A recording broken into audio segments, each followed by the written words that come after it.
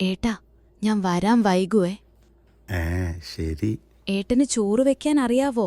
സംശയം എന്തെങ്കിലും ഉണ്ടെങ്കിൽ ഞാൻ പറഞ്ഞു തരാട്ടോ. സംശയോ? അതും എനിക്കോ? നീ എത്ര പേർക്ക് ചോറ് വേണ്ടേന്ന് പറ. അതിലെന്താ ചോദിക്കാനിരിക്കുന്നേ? നമ്മൾ 6 പേർക്കുള്ള ചോറ് വേണം. അതല്ല, ഗസ്റ്റ് ആരെങ്കിലും കൂടെ ഉണ്ടോന്ന് ചോദിച്ചതാ. ഗസ്റ്റ് ഒന്നുമില്ല. അവൾ എന്നെ പരീക്ഷിക്കാൻ വേണ്ടി നോക്കുക. പക്ഷെ നമ്മളാരാമോ? ഇവാനെ ഒരു പ്ലേറ്റ്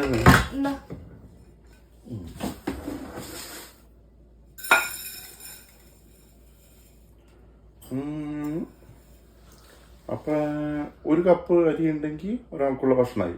അപ്പൊ 6 പേർക്ക് 6 കപ്പ് അരി. മനസ്സിലായി ഇവാനെ? ശരിയാക്കാം. 1 2 6.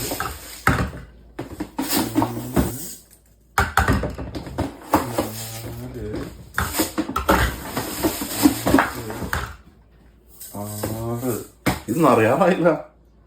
ചിലപ്പോ ഇങ്ങനെയൊക്കെ ആയിരിക്കല്ലേ. പിന്നെ കുക്കറിൽ വിസിലിടാൻ മറക്കരുതേ. ഇതൊക്കെ എനിക്കറിയാം. ഞാനിത് ആദ്യമായിട്ടൊന്നല്ല അടുക്കളയിൽ കയറണേ. കൂടെ കറി എന്തെങ്കിലും ഉണ്ടാക്കണോ? ചിക്കൻ 65, ഫിഷ് മോളി, അങ്ങനെ എന്തെങ്കിലും ഒരു വെറൈറ്റിക്ക് വേണ്ടി.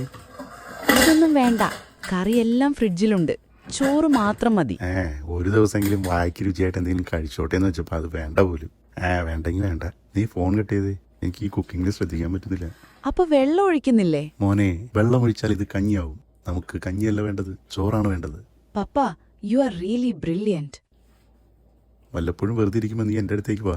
ഞാൻ നിന്നെ കുറച്ച് കുക്കിംഗ് ഒക്കെ പഠിപ്പിക്കാം. കല്യാണം കഴിയുമ്പോൾ നിനക്കും ആവശ്യം വരും.